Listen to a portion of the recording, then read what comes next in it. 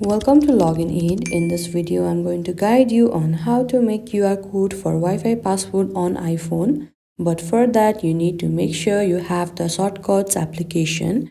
If not, you can go to your app store and make sure to download it. Here you can see I already have the application. Now let's hop in the app.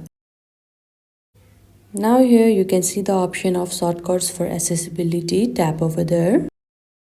Now here at the first you can see the option access tools. You can simply tap on see all. Now here you can see the option convert your Wi-Fi password into a QR code. Tap over there.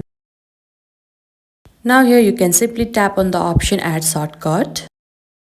Now here you can see the option of QR your Wi-Fi. Tap over there. Firstly you need to enter your Wi-Fi name. After that tap on done.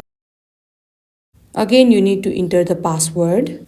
After you are done entering your password, simply tap on done. Now a QR code will be presented. Now anyone can scan this QR code and the Wi-Fi will be connected to their device. And this is how you can make a QR code for your Wi-Fi password on iPhone. I hope you found this video helpful. Don't forget to like this video and subscribe our channel Login Aid. Thank you.